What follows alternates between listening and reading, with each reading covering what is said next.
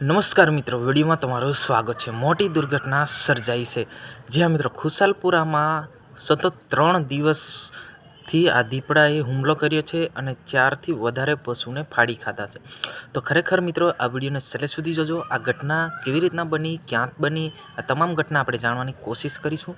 હું તમારો દોસ્ત શૈલેષ બિલ, તમે જોઈ રહ્યા છો ઈકે ચેનલ। હજુ સુધી અમારી ચેનલને સબસ્ક્રાઈબ ના કરી તો સબસ્ક્રાઈબ કરી નાખજો। મિત્રો, વાત કરવામાં આવે તો આ એક ઘટના નથી, પહેલી પણ માણસો પર હુમલા કર્યા છે આવા દીપડાઓ। તો આવા દીપડાઓને ખુલ્લું ના મૂકવું જોઈએ, આવા દીપડાઓને પાંજરામાં પૂરવું જોઈએ, જેથી કરીને આવી ઘટના વારે ઘરે ના બની શકે। તો ખરેખર મિત્રો આ ઘટના છે આ ખુશાલપુરામાં બની છે। ગઈકાલે લગભગ સતત 3 દિવસ સુધી આ દીપડાએ હુમલા કર્યા હતા, 4થી વધારે પશુને ફાડી ખાધા છે।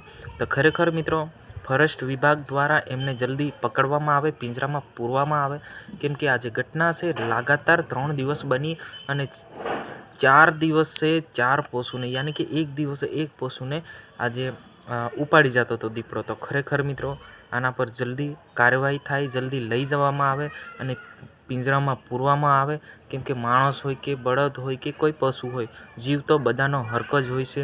તો ખરેખર મિત્રો આવી ઘટના બીજી વાર ના બને એ ફોરેસ્ટ વિભાગ દ્વારા એમના જલ્દી પકડવામાં આવે, પાંજરામાં પૂરવામાં આવે, કેમ કે આ માંસાહારી જે પ્રાણીઓ છે એમને ભૂખ લાગે એટલે તમને ના છોડે, અમને ના છોડે કે પશુ કે પક્ષીઓ ગમે તેને શિકાર કરી નાખતા હોય છે। તો ખરેખર મિત્રો આ જલ્દી જે પણ 5થી વધારે પશુનો શિકાર બનાવ્યા છે, તો જે પણ એમનું સહાય મળવાની હોય જલ્દી મળે અને પરિવારને જલ્દી મદદ થાય એવી આશા સાથે આપણે વિડીયોની અંદર બસ આટલું જ।